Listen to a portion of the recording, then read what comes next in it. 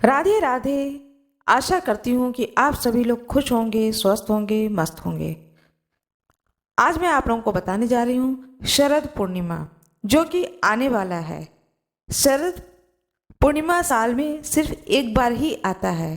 पूर्णिमा तो वैसे हर महीने आता है, लेकिन शरद पूर्णिमा साल में एक बार ही आता है, जो कि आश्विन मास के शुक्ल पक्ष की पूर्णिमा तिथि को जो पड़ता है, उस पूर्णिमा को शरद पूर्णिमा कहते हैं, कोजगरी पूर्णिमा कहते हैं, रास पूर्णिमा कहते हैं।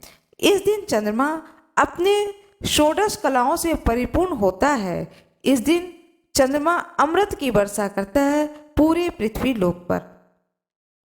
शरद पूर्णिमा के दिन आप अपने इष्ट की पूजा कर सकते हैं और भगवान विष्णु, माता लक्ष्मी, शालिग्राम भगवान की पूजा की जाती है, कथा पढ़ी जाती है और कहा जाता है कि लक्ष्मी जी इस दिन पृथ्वी लोक पर भ्रमण करती हैं। लक्ष्मी जी का अवतरण शरद पूर्णिमा के दिन ही पृथ्वी लोक पर हुआ था। इस दिन तीर्थों में स्नान करना अत्यंत शुभ माना जाता है। प्रातः काल जितना जल्दी हो सके उठ करके यदि गंगा में स्नान करें तो वह अत्यंत ही सर्वोत्तम होता है, लेकिन हर कोई गंगा में स्नान नहीं कर पाता है, तो कोई बात नहीं है, अपने घर में ही तीर्थों के जल से स्नान करें।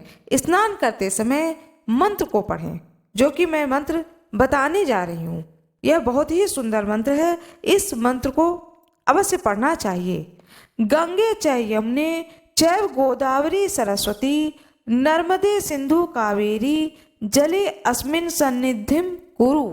इस मंत्र को पढ़ करके आप स्नान करें। स्नान करते वक्त अपने सिर से जल को डालें। सिर से स्नान करना चाहिए, जो कि बहुत ही शुभ होता है। स्नान करने के बाद में भगवान सूर्य को अर्घ्य दें। नित्य जो पूजन करते हैं वह पूजन करें।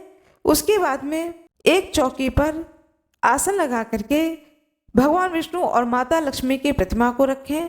साथ में शालिग्राम भगवान रखें, गणेश जी की प्रतिमा को रखें और उनकी पूजा करें।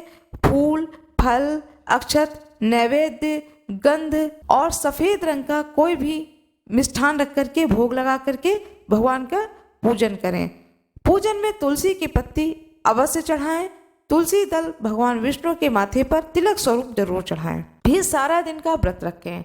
शाम के समय में खीर पूड़ी बनाई जाती है, खीर पूड़ी बनाना चाहिए और प्रतिमा के सामने कलश रख करके भोग स्वरूप जो आपने खीर पूड़ी बनाया है उसे कटोरी में रखें।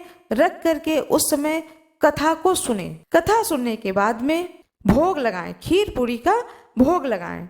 उसी समय जब कथा सुने तब उसी जगह पर एक लोटे में जल भर के रख लें और कथा सुनने के बाद में रात्रि में जब चंद्रमा आकाश के मध्य में स्थित हो जाए, उस समय वह लोटे का जल जो कि आपने कथा सुनते समय रखा था, उस जल से चंद्रमा को अर्घ्य दे दें। शरद पूर्णिमा के दिन शाम को खीर पूड़ी बनाकर भगवान को भोग लगाया जाता है।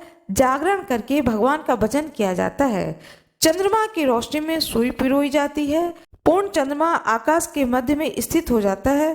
तब रात को खीर खुली चांदनी में रख देनी चाहिए और अगले दिन खीर का प्रसाद सबको देना चाहिए। इस प्रकार से इस व्रत को धारण किया जाता है। विवाह उपरांत पूर्णमासी के व्रत को जो कोई आरंभ करना चाहता है तो वह व्रत आरंभ करे शरद पूर्णिमा से ही। कार्तिक मास का जो व्रत होता है उसका भी आरंभ हो जाता है शरद पूर्णिमा के दिन से ही। अब मैं आप लोगों को कथा सुनाने जा रही हूँ, शरद पूर्णिमा व्रत कथा। हाथ में पुष्प और चावल ले लें और इस कथा को अत्यंत भक्ति पूर्वक श्रद्धा विश्वास के साथ सुने, जिससे कि माता लक्ष्मी आप पर प्रसन्न हो और आपके सारे मनोकामनाओं की पूर्ति करें। एक साहूकार के 2 पुत्रियां थीं। दोनों पुत्रियां पूर्णिमा का व्रत रखती थीं, किंतु बड़ी पुत्री पूर्णिमा का पूरा व्रत करती थी और छोटी पुत्री अधूरा व्रत करती थी। परिणाम स्वरूप छोटी पुत्री की संतान पैदा होते ही मर जाती थी। उसने पंडितों से इसका कारण पूछा तो उन्होंने बताया कि तुम पूर्णिमा का अधूरा व्रत करती हो, जिसके कारण तुम्हारी संतान पैदा होते ही मर जाती है। पूर्णिमा का व्रत विधि पूर्वक करने से तुम्हारी संतान जीवित रह सकती है। उसने पंडितों की सलाह पर पूर्णिमा का व्रत विधि पूर्वक किया। उसके लड़का हुआ, परंतु शीघ्र ही मर गया।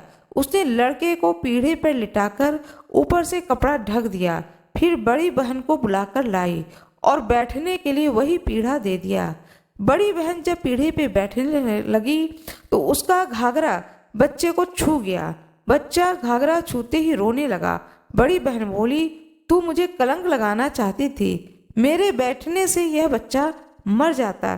तब छोटी बहन बोली, यह तो पहले ही मरा हुआ था, तेरे ही भाग्य से यह जीवित हुआ है, तभी से इस व्रत का महत्व अत्यंत बढ़ गया है। उसके बाद नगर में उसने पूर्णिमा का व्रत पूर्ण करने का ढिढोरा पिटवा दिया।